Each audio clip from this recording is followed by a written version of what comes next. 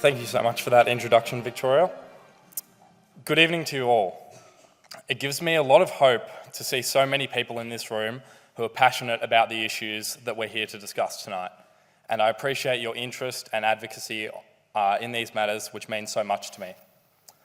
I'm extremely proud to be standing as a candidate to represent Kooyong, as I've been lucky enough to grow up here and have lived here my whole life. Currently, not a single member of the federal parliament is from my generation, despite this cohort representing approximately 15% of enrolled voters according to the latest figures from the Electoral Commission. If elected as member for Kooyong, the perspective of a young person is one of my biggest strengths, which I would proudly bring to Canberra on Kooyong's behalf. Over time, I've grown deeply attached and formed a great appreciation for all the things that make Kooyong such a fantastic and vibrant community. I made the decision to put my hand up to be Labor's candidate because over the past 3 years, I've seen the Albanese government consistently demonstrate what a good and responsible government looks like.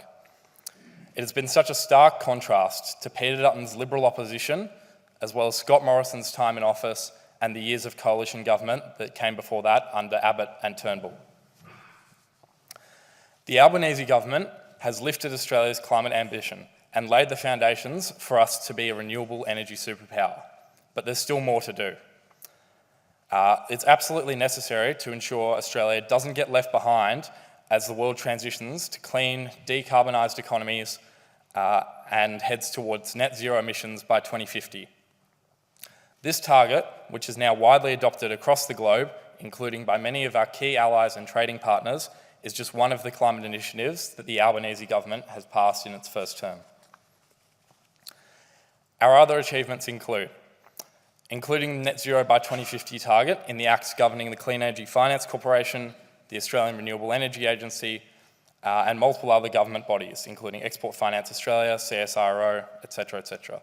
This ensures that net zero by 2050 as a goal stays front of mind when key government bodies, departments, and other decision makers take these decisions.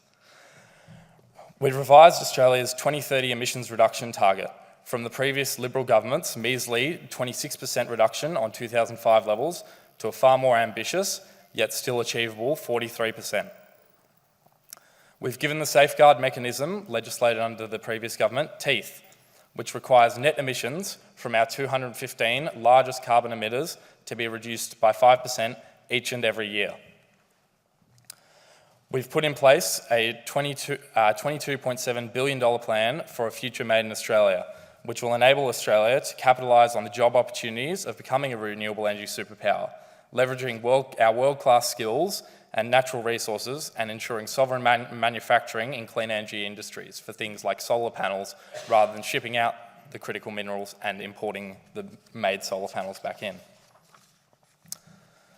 We've finalised legislation to allow the development of offshore wind farms. The Albanese government has offered feasibility licences in our Gippsland zone for the Star of the South project, as well as declaring our Hunter, Southern Ocean Illawarra, Bass Strait and Bunbury offshore wind zones. Labor has passed the new vehicle efficiency standards legislation.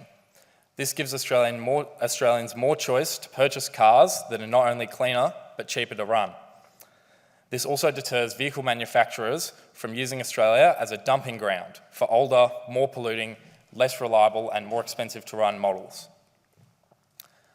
The Albanese government has passed the electric vehicle discount to make EVs more affordable and increase electric car sales from around 2% when Labor came to office to 10% today. We've signed Australia up to the Global 30 by 30 initiative, which commits Australia to the protection and conservation of 30% of its land and 30% of its oceans by 2030. All states and territories have also signed on to this target. As a result of these policies, Australia is now halfway to reaching our 2030 target of 82% of electricity grid needs being generated by renewables, which is a target that Peter Dutton and the Liberals want to junk to pursue their nuclear fantasy at great cost to both our way of life, our safety and our ecosystem. Labor has cleaned up Australia's climate credibility after a decade of denial, delay and neglect. Labor is bringing down climate pollution now, with emissions now 7 million tonnes lower than in the final year of the Morrison government. which, keep in mind, was somewhat suppressed due to the COVID shutdowns. What Labor has accomplished thus far in its first term and will continue to work towards in a second term will help to protect the health and well-being of all Australians. Labor will ensure that Australia is prepared for the world's carbon neutral future. Thank you.